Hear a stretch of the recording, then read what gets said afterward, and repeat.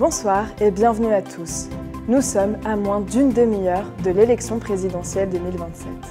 Et les 6 candidats vont à l'instant débattre, confronter leurs projets et tenter de vous convaincre qu'ils ont toutes les qualités pour devenir le prochain président de la République. Et c'est vous qui déciderez ce soir quel sera le vainqueur grâce au vote qui aura lieu en direct sur Internet à l'issue du débat.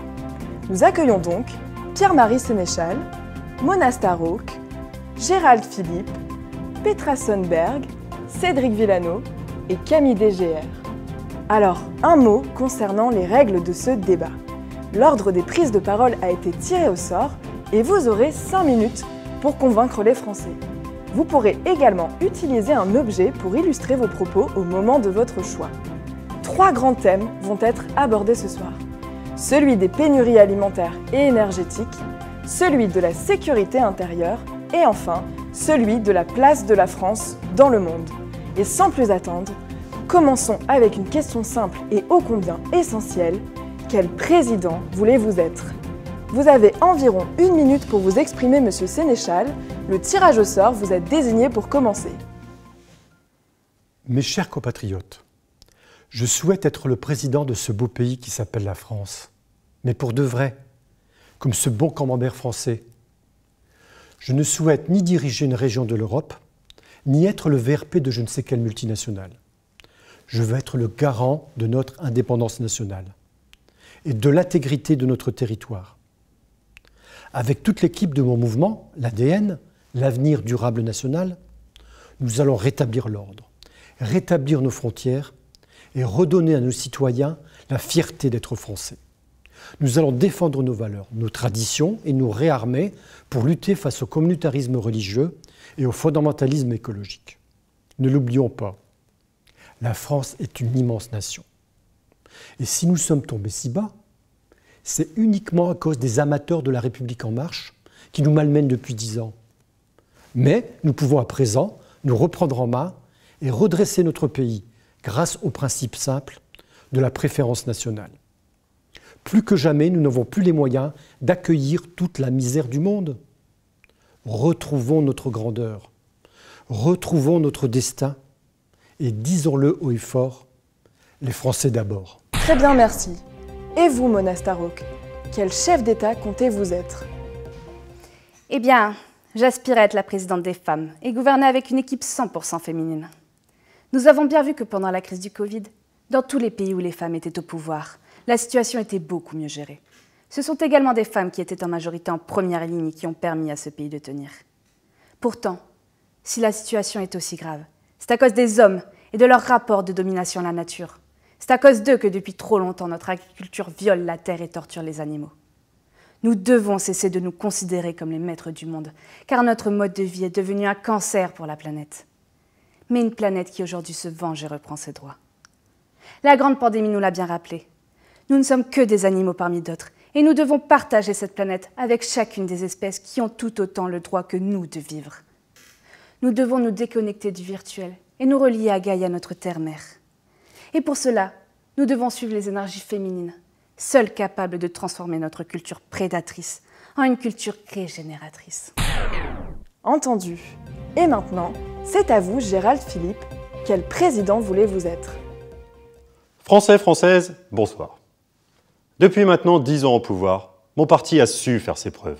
Et nous avons su gérer au mieux une situation ô combien complexe. Je souhaite à la fois poursuivre ce travail, tout en marquant une alternance profonde par une accélération majeure. Si nous souhaitons rester une grande puissance, nous devons aller plus loin, plus fort et plus vite. Pour rester compétitifs au niveau international, nous devons continuer à nous adapter et à sans cesse innover. Je veux être le président du progrès, de l'efficacité et de la disruption. Je veux libérer les énergies de ce pays et délivrer notre nation des excès de sa réglementation. Je veux donner à la France l'efficacité des plus grandes entreprises pour qu'elles puissent partir à la conquête de nouveaux marchés. Tel un super manager, je vais booster notre nation, la rendre plus productive et plus performante, afin de redresser notre PIB et ainsi améliorer le niveau de vie des Français. Tel est notre projet. Merci. Nous passons à présent à vous, Petra Sundberg. Quelle présidence envisagez-vous ? Bonsoir. Cette élection porte un enjeu majeur, non seulement pour notre nation, mais aussi pour l'avenir de l'humanité. Nous sommes à un tournant. Notre civilisation peut soit s'effondrer, soit prendre un nouveau chemin. Vous le savez désormais, on ne pourra plus continuer comme avant. Nous devons changer. Et s'il faut quelqu'un qui nous y force, je serai cette personne-là. On nous a taxés d'utopistes. Mais est-ce que l'utopie, ce n'est pas de croire que nous pourrions continuer sur notre trajectoire sans nous interroger sur nos véritables besoins? Ce que nous voulons, c'est vivre simplement, pour que tous puissent simplement vivre. Ce que nous voulons, c'est un minimalisme éclairé et équitable. Nous voulons la sobriété et nous exigeons la justice. Vous le savez, le temps maintenant nous est compté. Aujourd'hui, je suis venue avec un petit sablier comme ceux dans les jeux pour enfants, mais tout ceci n'est pas un jeu. Et nous ne sommes plus des enfants. Pour vous, je suis prête à mettre en œuvre des mesures drastiques, profondes et ambitieuses, à ne rien céder quant à la tâche que vous m'aurez confiée et à ne rendre le pouvoir que lorsque celle-ci aura été accomplie. Françaises, Français, vous savez que vous pouvez compter sur moi et je sais pouvoir compter sur vous. Le message est reçu. Cédric Vellano, même question. Si vous êtes élu, quel président serez-vous? Chers téléspectateurs, bonsoir.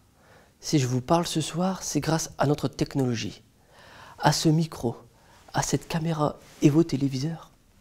Et de la même façon, vous allez voter en direct grâce à Internet, en l'espace de quelques instants et sans aucun risque pour votre sécurité et votre santé. Vous le voyez, la technologie nous rend déjà de nombreux services et nous lui faisons déjà confiance. Depuis la crise du Covid et suite au 3e confinement, nous avons franchi une étape. Nous avons compris que face à ce problème aussi vaste et complexe, il fallait des outils tout aussi vastes et tout aussi complexes. Et n'oublions pas, si nous surmontons actuellement cette pandémie, c'est grâce à l'application Stop Covid et au développement de la 5G. Alors ce que je vous propose, c'est d'aller un peu plus loin dans cette confiance. Je veux laisser gouverner l'intelligence artificielle, qui est devenue notre seule boussole dans ce monde si imprévisible et si incertain. Seule l'analyse du big data en temps réel permettra de prendre les bonnes décisions au bon moment. Votez pour moi. Votez pour l'algorithme. Et enfin, Camille DGR, quel président voulez-vous être?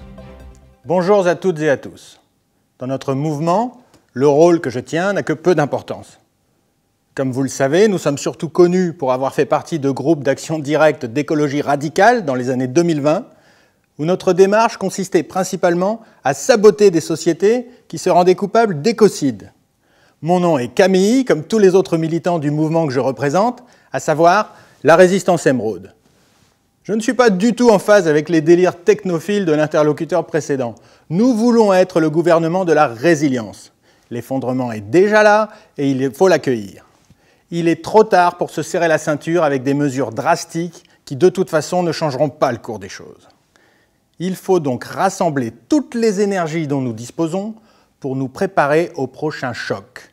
Il faut une vaste politique de formation à la permaculture et au low-tech et accompagner les citoyens vers l'autosuffisance alimentaire et énergétique, en encourageant la naissance des écolieux qui bourgeonnent déjà partout dans notre beau pays. Enfin, si la Résistance Émeraude est élue, nous assistons ce soir à la dernière élection présidentielle, car nous abolirons l'État pour créer des biorégions indépendantes où les décisions seront prises au plus près des citoyens et des citoyennes, c'est-à-dire au niveau local. Merci, Monsieur DGR. Eh bien, passons maintenant au premier thème de ce débat, à savoir la question des ressources. Comme vous le savez, nous vivons depuis la crise du Covid-19 une période très dure.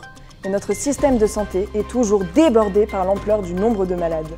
Nous affrontons en plus, à présent, le problème du réchauffement climatique, dont les impacts se font de plus en plus ressentir. Les sécheresses, partout dans le monde, provoquent de graves pénuries alimentaires. De plus, nous sommes aussi confrontés à de graves tensions énergétiques depuis la 3e guerre du Golfe. Les pannes d'électricité sont devenues de plus en plus fréquentes. La grande augmentation du prix du pétrole a engendré une inflation partout dans le monde, ainsi qu'une récession économique du commerce mondial. Et le niveau de vie des Français a considérablement baissé. Comment comptez-vous faire face à ces différentes menaces? Quelles solutions envisagez-vous pour sortir de ces pénuries alimentaires et énergétiques? En un mot, quel est votre projet pour améliorer la vie des Français? Et cette fois, nous commençons avec vous, Petra Sundberg. Nous faisons face aujourd'hui à des pénuries. Mais si nous ne prenons pas les bonnes décisions, nous aurons à affronter demain des problèmes autrement plus graves. Nous n'avons plus le choix. Nous devons dès à présent réduire drastiquement notre train de vie et cela passe par deux impératifs majeurs. Limiter nos consommations et mieux maîtriser notre production. Dans tous les domaines, nous devons prendre le chemin de la sobriété heureuse qui peut se résumer par cette formule « moins mais mieux ». Moins de déplacements, mais un meilleur air. Moins de virtuel, mais plus de réel. Moins de biens, mais plus de liens. Mes mesures phares sont les suivantes. J'interdirai la publicité qui est la colonne vertébrale de cette société consumériste dont nous devons sortir à tout prix. J'initierai un vaste programme de ruralisation en instaurant le service agricole obligatoire. Enfin, je mettrai en place une limitation de la consommation sur la base d'un système de quotas et de rationnement qui sera le même pour tous, et ce dans tous les domaines, l'alimentation, l'énergie, le transport. J'assortirai ces mesures d'un arsenal de contrôle et de sanctions strictes pour veiller à ce que nul ne contourne la loi. Pierre-Marie Sénéchal, quelles sont vos solutions? Comment résoudre les multiples pénuries? C'est simple, il y a trop de bouches à nourrir, de personnes à soigner, à loger et à chauffer. Moi, je vais vous le dire. Un seul principe doit conduire nos décisions. La préférence nationale. Tout d'abord, je supprimerai le RSA et la couverture médicale universelle pour les non-sous-chiens. Il n'est plus possible d'attirer et d'accueillir toute la misère et petite racaille du monde. Nous ne pouvons plus gaspiller nos ressources pour accueillir des migrants quand des familles françaises n'ont plus de quoi se nourrir. Nous ne pouvons pas non plus gâcher nos ressources énergétiques à renvoyer ces personnes chez elles à nos frais. Ainsi, toute personne entrée illégalement sur notre territoire devra travailler dans un centre de détention agricole, ce qui augmentera notre production alimentaire. Quant à l'énergie, je lancerai un nouveau programme d'investissement pour développer l'énergie nucléaire, ainsi que pour lancer l'exploitation des gaz de schiste sur notre territoire. Nous disposons d'immenses ressources. Il n'y a plus de pétrole, mais on a encore plein d'idées. Qu'on se le dise, impossible n'est pas français. Camille Degère, comment comptez-vous faire face à ces pénuries? Alors, de notre point de vue, ces pénuries sont avant tout la résultante du libre-échange à tout crin, qui a prévalu jusqu'à aujourd'hui à grand gaspillage de matière et d'énergie, avec pour conséquence, bien sûr, le réchauffement climatique et l'effondrement de la biodiversité. La seule réponse à ces pénuries, c'est d'aller vers l'autosuffisance au niveau local. Et comme je le disais tout à l'heure, pour atteindre cette autonomie, il faut dissoudre l'État et la sphère financière, dont le rôle spéculatif ne fait qu'empirer les tensions sur les ressources. Nous quitterons évidemment l'euro, qui est déjà une coquille vide depuis plusieurs années, et nous réorganiserons le pays en un ensemble de biorégions autonomes. Elles seront reliées par un Conseil national de la résilience dans un principe de solidarité et d'entraide. L'objectif sera de relier ensemble les différents écolieux et les zones rebelles où le monde de demain est déjà en train de s'écrire. Nous mettrons toutes ces initiatives en réseau pour créer ainsi des archipels de résilience. Et vous, Gérald Philippe, quelle est votre stratégie? Ma première mesure sera d'ordre constitutionnel.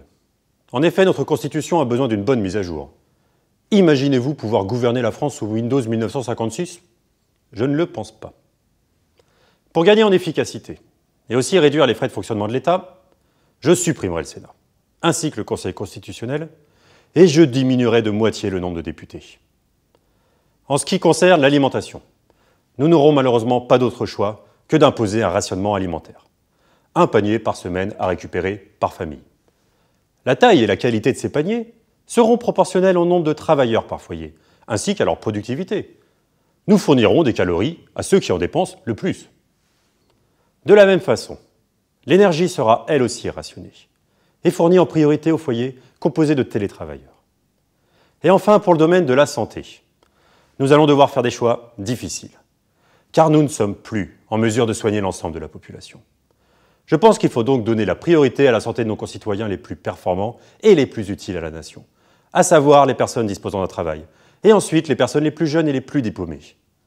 Nous devons rentrer dans une politique de santé basée sur la qualité et l'efficience, et non plus sur la quantité et la dispersion. Pour la santé de notre économie, donnons les soins aux travailleurs. Et c'est maintenant votre tour, Mona Starhawk, de répondre à cette même question des pénuries.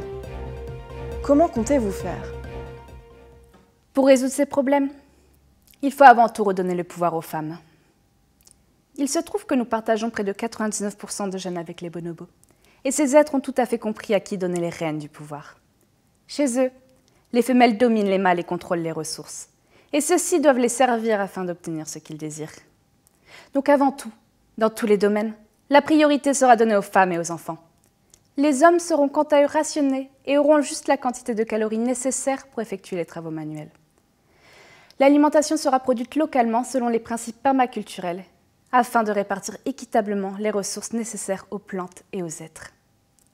L'alimentation sera exclusivement végétale et la viande ne sera réservée que pour certaines occasions. Sachez qu'il faut 16 kg de céréales pour produire 1 kg de viande.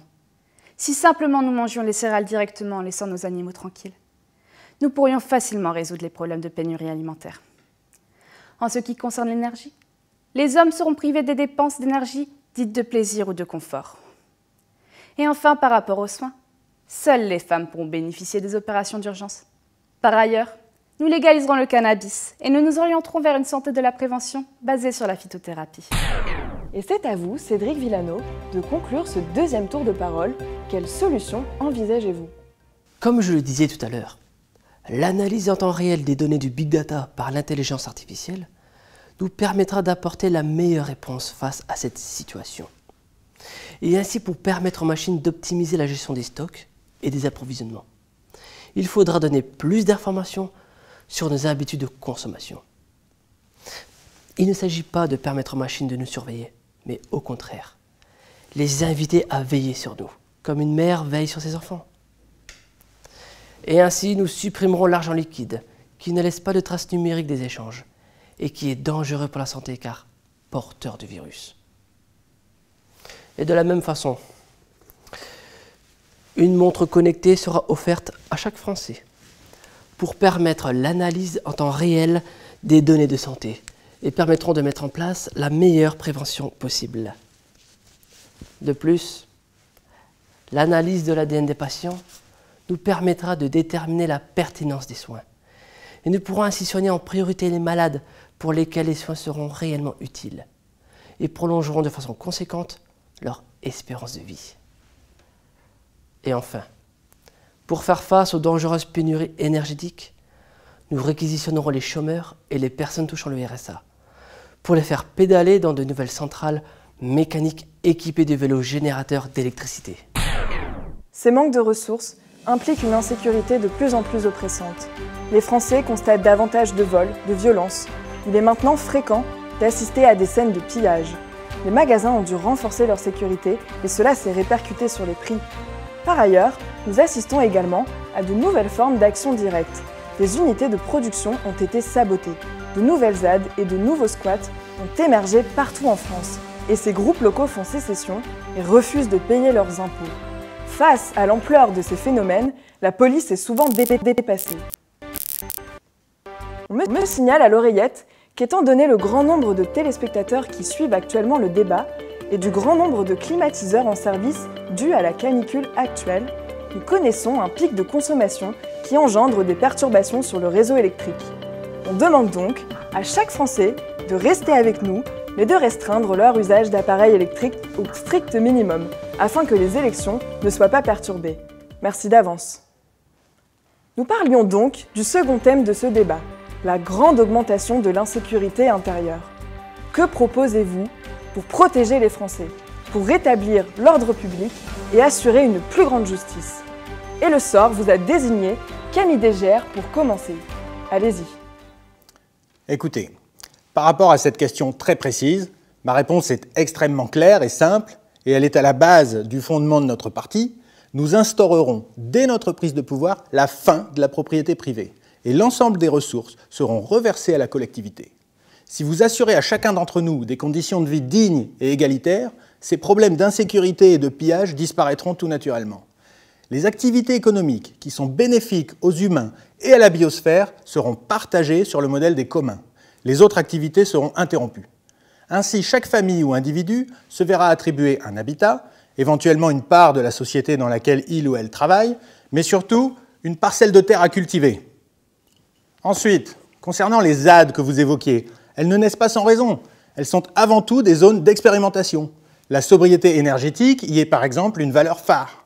Nos concitoyens vivant déjà dans ces zones ne seront pas ce soir la plus grande menace pour la bonne tenue de notre réseau électrique. Nous ne considérons pas du tout ces zones comme étant hors la loi. Elles sont l'avenir, elles sont le nouveau monde qui pousse sous l'ancien. Et nous voulons qu'elles fleurissent partout sur notre territoire. Monsieur Sénéchal, on vous écoute. Comment comptez-vous améliorer la sécurité des Français ? Comment enrayer les problèmes d'insécurité et de menaces étrangères ? Ne nous voulons pas la face. Le grand basculement que nous redoutions à corps et à cri est en train de s'opérer et de s'accélérer. Il faut arrêter ce fléau génocidaire, car notre identité nationale est en jeu. Je n'ai pas envie de mettre des gants pour repousser les délinquants, les terroristes, les envahisseurs. J'agirai donc avec une très grande détermination. La bonne nouvelle, les statistiques le montrent, la plupart des délits sont commis comme par hasard par des non-sous-chiens. Ces individus sont incompatibles avec notre contrat social. Et donc, nous n'avons pas d'autre solution que de les envoyer dans des centres pénitentiaires agricoles, comme je l'ai dit tout à l'heure. Cela résoudra une grande partie du problème, mais il faut aller plus loin. Tout d'abord, afin d'assurer l'obéissance des détenus, il faudra, en cas de récidive ou de non-coopération, pouvoir disposer de la peine de mort. Ainsi, nous ne disperserons plus nos forces à neutraliser des êtres qui ne partagent avec les hommes que des brins d'ADN. Ensuite, pour faire face à cette montée de fugitifs écologistes qui prennent refuge dans les bois, il faudra recruter de nombreux policiers parmi les chasseurs français, ayant les compétences pour traquer ces nouveaux hors-la-loi. Enfin, j'instaurerai le couvre-feu dans les quartiers populaires à partir de 16h45. Et je fermerai les mosquées, car c'est là que couvre le terreau terroriste. Monsieur Villano, quelles sont vos propositions concernant la sécurité intérieure ? Tout d'abord, l'abolition de l'argent liquide et l'analyse des flux financiers rendra impossible les trafics ainsi que le vol. Nous lutterons face aux autres délits grâce aux données des caméras des drones de surveillance et des bracelets connectés, qui permettront aux intelligences artificielles de la police de repérer tous les déplacements suspects ainsi que les fréquences cardiaques anormales. De cette façon, nos forces de l'ordre pourront réagir suffisamment vite pour empêcher les crimes. De plus, grâce à l'analyse de l'ADN et des comportements de nos concitoyens dès le plus jeune âge, nous pourrons cerner les personnalités à haut risque de délinquance et les orienter vers des soins et des formations appropriées. Nous pourrons ainsi éradiquer tous les comportements inciviques et vivre dans un monde où les vols, les viols et les meurtres feront partie du passé. Cela permettra ainsi de faire beaucoup d'économies sur les frais de sécurité et de justice. Mona Starouk, quelles sont vos solutions pour rétablir l'ordre ? Les casseurs et les personnes ayant recours à la violence sont majoritairement des hommes, obsédés par la quête du pouvoir et leur fantasme de toute puissance. Mais comme les hommes ne pourront pas accéder à des postes de responsabilité, cela diminuera drastiquement ce genre de comportement. De plus, pour assurer la sécurité intérieure, apaiser les tensions et garder des rapports sociaux pacifiques, à l'image de nos cousins bonobos, nous organiserons régulièrement fêtes et orgies. Chacun sera encouragé à y participer. Faisons l'amour, pas la guerre. Ensuite, l'utilisation massive de plantes médicinales, et je pense notamment au cannabis, sera aussi d'une grande aide pour distiller de bonnes ondes dans toute la nation. Pour les femmes commettant des injustices, ces dernières seront quant à elles assignées comme mères porteuses afin de porter les enfants de la nation. Bien sûr, elles seront choyées comme il se doit, et nous saurons les remettre sur le droit chemin tout en douceur. Gérald Philippe, c'est votre tour. Comment comptez-vous résoudre ces problèmes d'insécurité ? Ces types d'agissements, tels que les pillages, les squats ou encore les actions directes, mettant à mal l'industrie et l'économie de notre beau pays, sont totalement inacceptables. Seules des mesures strictes et directes seront à même de rétablir l'ordre et de nous débarrasser de tous ces comportements délinquants. Tout d'abord, le recours à une police militaire, dans les rues et les campagnes s'appuyant sur des drones et des caméras intelligentes. Ensuite, l'établissement d'une justice expéditive, simple et affirmée, permettant de juger sur le champ le caractère du méfait et l'exécution de la sanction appropriée. Quand elle sera possible, l'amende forfaitaire sera privilégiée afin de renflouer les caisses de l'État. La création de camps de travaux forcés et de fermes agricoles pénitentiaires pour les délinquants n'ayant pas les moyens de payer les amendes. L'application d'une tolérance zéro en cas de récidive. Et enfin, la mise en place d'une politique de délation, avec récompense à la prime, ce qui permettra la création du métier de délateur professionnel développé dans d'autres pays en avance sur leur temps, comme la Corée, du Sud bien entendu. Et enfin, Petra Sundberg, quelle est votre position concernant la sécurité nationale? Vous parlez de violence. Moi, je vois l'envie de vivre différemment. Je vois le dégoût face aux injustices et à la vieille soupe du business as usual que l'on nous sert depuis trop longtemps. On jugule la violence en redonnant de l'espoir. Alors réglez le problème des inégalités, vous réglerez le problème de la violence. Ce que nous proposons, c'est une révision en profondeur de la grille des salaires. Nous revaloriserons le revenu minimum et nous plafonnerons le revenu maximum à 5 fois le SMIC pour mettre fin à la pauvreté et au luxe ostentatoire. La première des décroissances doit être la décroissance des inégalités. Et enfin, une autre mesure qui devra porter ses fruits à long terme, puisque notre programme n'est pas à courte vue électoraliste, c'est la limitation des naissances. Notre population ne peut pas continuer de croître comme si les ressources dont nous disposons étaient infinies. Je mettrai donc en place un contrôle strict de la natalité. Limiter la pression démographique sur les territoires, c'est permettre à chacun et chacune d'avoir à sa disposition de quoi continuer à vivre. Merci Petra Sundberg.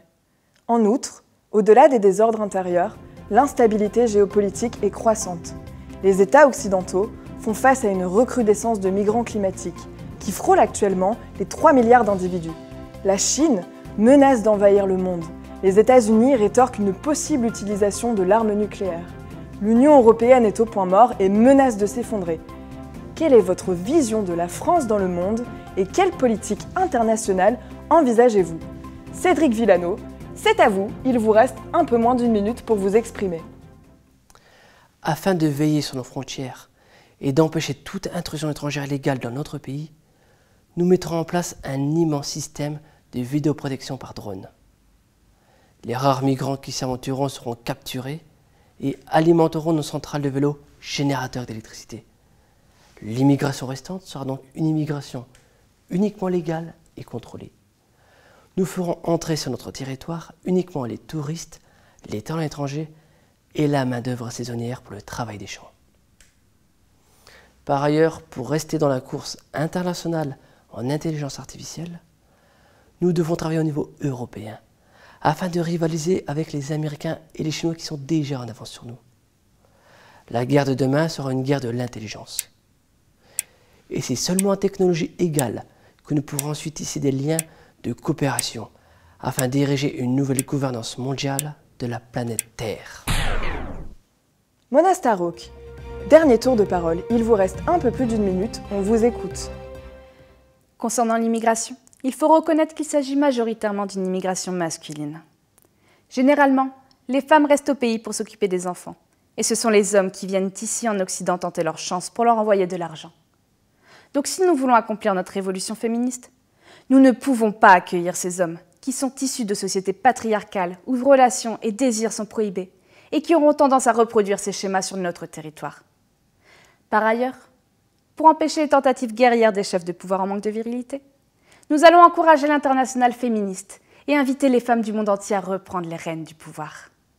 Et pour ce faire, nous avons une arme ancestrale, mesdames. Elle est d'une grande simplicité, mais d'une redoutable efficacité. Elle s'appelle la grève du sexe. Françaises, Françaises, je vous invite donc chacune à signifier à votre partenaire dès à présent qu'il ne connaîtra plus la joie des plaisirs charnels avec vous pendant un long moment, s'il ne vote pas correctement.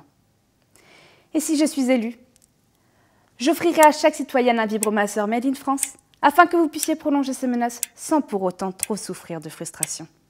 Femmes de France et du monde, unissons-nous! Pierre-Marie Sénéchal, vous avez une bonne minute pour convaincre les Français, allez-y. Ma position est claire, simple et réaliste. Notre pays doit retrouver sa puissance sur la scène internationale ainsi que sa fierté. Je me battrai sans cesse pour regagner notre souveraineté nationale et défendre l'essence immuable de la France. Mon programme tient en 3 points. Tout d'abord, renforcer notre puissance nucléaire, car sans cette force de dissuasion, on peut s'agiter dans tous les sens, on ne sera jamais écouté et on ne pèsera sur rien. Ensuite, sortir de l'Union européenne, cette entité supranationale, molle et stérile, pour reprendre le contrôle de notre destinée et s'engager dans un axe stratégique Paris-Berlin-Moscou pour un avenir dégagé de domination américaine et chinoise. Et enfin, aider les pays du Sud à retenir leurs habitants chez eux et donc donner à ces pays les moyens d'éduquer leurs enfants et de leur procurer du travail. Car la question n'est pas simplement qu'on ne peut pas accueillir toute la misère du monde, mais aussi et surtout que toutes les cultures ne peuvent pas se mélanger. L'islam n'a pas sa place chez nous. C'est à vous, Petra Sundberg. Il vous reste environ 1 minute 30. C'est parti. Les guerres coûtent cher. En vie humaine, bien sûr, mais aussi en énergie et en ressources. Je le dis tout net, personne aujourd'hui ne peut payer le prix d'un conflit armé et les États-Unis comme la Chine le savent très bien. La course à l'armement est un business juteux, mais c'est un business dangereux. Nous ne devons pas rentrer dans le cercle de l'intimidation. Notre projet, au contraire, prévoit de réorienter une grande partie des budgets alloués à la défense pour financer la transformation écologique dont le monde a besoin. La menace du réchauffement climatique, vous le savez, est planétaire. Eh bien, la réponse doit, elle aussi, se faire à l'échelle du globe. De la même manière, nous ne pouvons à nous seuls régler le problème des réfugiés climatiques et accueillir tous les migrants qui se présentent à nos portes. Mais parce que nous sommes un pays occidental industrialisé, nous avons une responsabilité particulière dans la crise qui se joue. Nous avons imposé au reste du monde notre mode de vie en leur faisant croire qu'il n'y avait pas d'alternative. Eh bien, cette alternative, nous devons aujourd'hui la construire. Françaises, Français, l'heure est venue d'être exemplaires. Soyons à l'avant-garde de la révolution écologique de notre temps. L'histoire nous regarde. On passe à présent à vous, Camille Desgères. Il vous reste à peu près 1 minute 20 pour nous expliquer votre politique internationale. Alors, comme l'a dit Petra, concernant les risques de conflits internationaux, eh bien, nous considérons que les sorties récentes des dirigeants chinois ou américains ne sont que des saillies verbales de gens qui rentrent dans une posture de chef de guerre, avant tout pour asseoir leur pouvoir. À la résistance émeraude, nous ne les considérons pas réellement comme des menaces. Par rapport aux flux migratoires, nous ne croyons pas en la notion de frontière nationale qui serait érigée en tant que barrière. L'être humain a toujours été mobile et nomade. Il est tout à fait logique que chacun et chacune cherche à se déplacer vers des territoires qui lui offrent plus de possibilités pour répondre à ses besoins de base. De ce point de vue, concernant les réfugiés climatiques, nous ne pouvons pas fermer les yeux sur notre part de responsabilité dans leur situation et nous barricader derrière nos frontières. Si ces personnes quittent leur pays, c'est souvent parce que nous y avons créé des conflits ou parce que le réchauffement climatique que nous avons engendré y rend déjà les conditions de vie impossibles. Nous n'avons pas le choix, nous devons ouvrir la main et accueillir ces hommes et ces femmes. Ce sont des experts de la débrouille et de la sobriété. Nous aurions tous beaucoup à apprendre d'eux. Ils feront partie de la République émeraude. Et enfin, on achève ce débat avec vous, Gérald Philippe. Quelle est votre vision de la France dans le monde ? Et vous êtes large, car il vous reste presque 2 minutes. Je n'en prendrai qu'une. Vous l'aurez compris, je suis pour l'efficacité. Donc, pour rétablir la sécurité des Français et les protéger de ces vagues migratoires, nous préconisons 3 points importants. Tout d'abord, nous mettrons en place un contrôle obligatoire aux frontières de la température des migrants et nous étudierons leurs capacités financières et intellectuelles avant éventuellement d'en accepter l'entrée. Ensuite, nous encadrerons le travail de ces migrants et nous les orienterons exclusivement vers les tâches ingrates que nous épargnerons ainsi à nos concitoyens. Le travail dans les champs, l'extraction des minéraux rares, la désinfection ou encore la crémation des personnes décédées. Et enfin, il nous faut avoir une politique offensive face à ces pays instables économiquement et politiquement dont sont issus ces afflux migratoires, tels que l'Italie ou encore l'Espagne. Et envisager alors une politique de guerre et d'invasion lorsque cela peut se présenter. Notre armée est conséquente, forte et ambitieuse. Ne nous privons pas de profiter des actuelles difficultés présentes chez nos pays frontaliers pour accroître notre puissance mondiale. Ne l'oublions pas, la meilleure défense, c'est l'attaque. En marche vers le Troisième Empire. Vive la République, vive la France, vive la Startup Nation. Voilà, messieurs et mesdames les candidats, ainsi s'achève ce débat. Je pense que vous avez pu vous exprimer librement, équitablement, avec courtoisie les uns et les autres, et pour les Français qui vous écoutaient. Merci à toutes les équipes qui se sont mobilisées pour cette soirée exceptionnelle. Et maintenant, chers spectateurs et téléspectateurs, je vous invite à procéder à l'élection de votre candidat favori sur votre appli France Connect ou bien par SMS au 17 212. Dans quelques instants, le décompte va avoir lieu et vous verrez s'afficher sur vos écrans le ou la nouvelle président de la République des élections de 2027. Attention, c'est parti!